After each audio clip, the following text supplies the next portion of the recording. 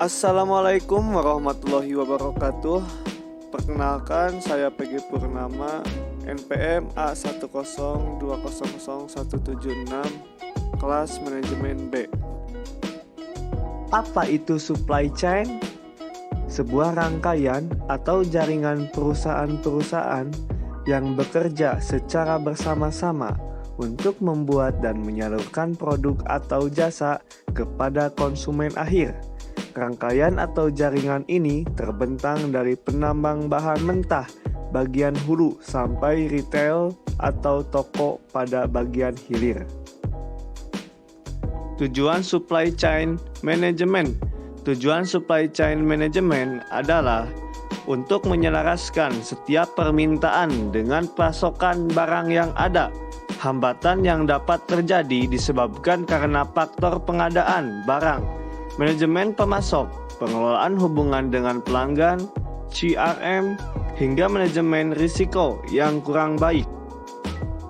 Fungsi supply chain. Fungsi dari manajemen rantai pasok yang pertama adalah untuk mengubah barang baku mentah menjadi barang jadi yang diperlukan untuk memenuhi kebutuhan dari konsumen. Fungsi ini sangat berkaitan dengan biaya pembelian barang baku, biaya penyimpanan, transportasi, dan lain sebagainya. Manfaat supply chain management. Yang pertama, menjaga hubungan bisnis antara perusahaan terkait. 2. Menjaga kepuasan dari customer.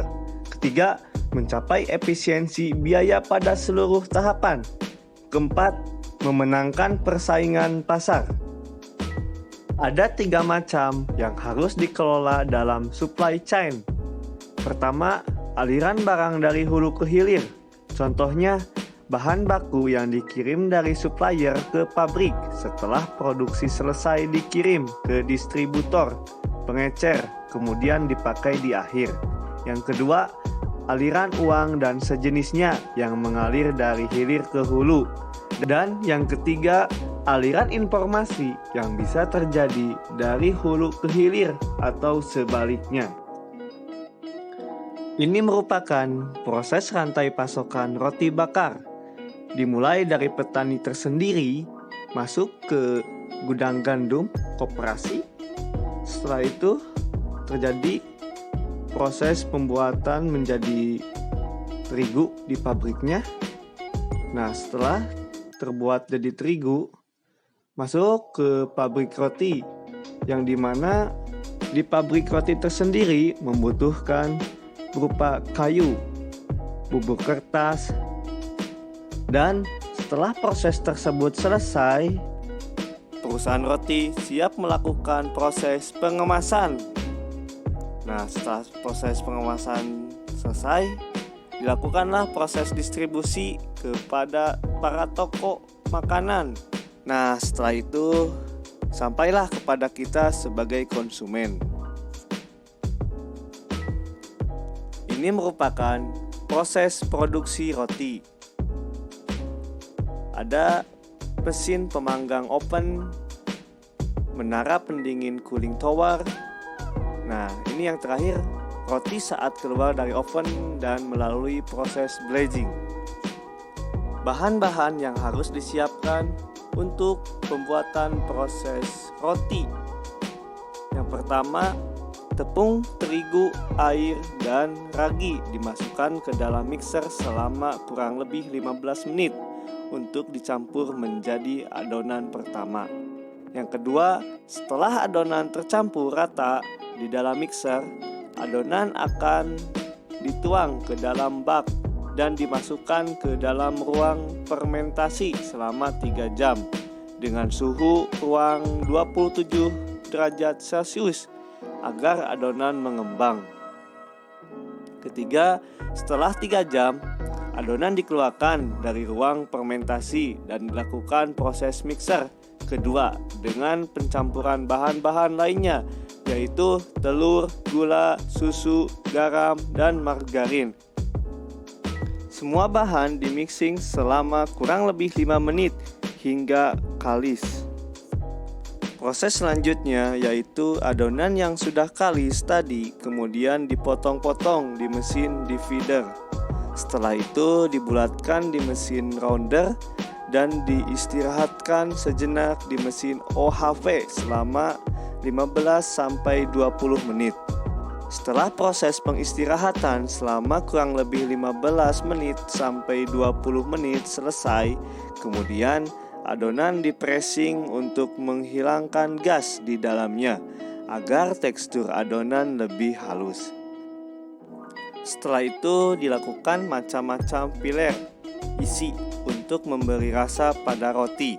Proses filer dilakukan dengan tangan atau secara manual, dengan syarat harus mencuci tangan setiap 15 menit sekali. Setelah proses filer selesai, adonan kemudian dipanning atau proses peletakan adonan ke dalam loyang.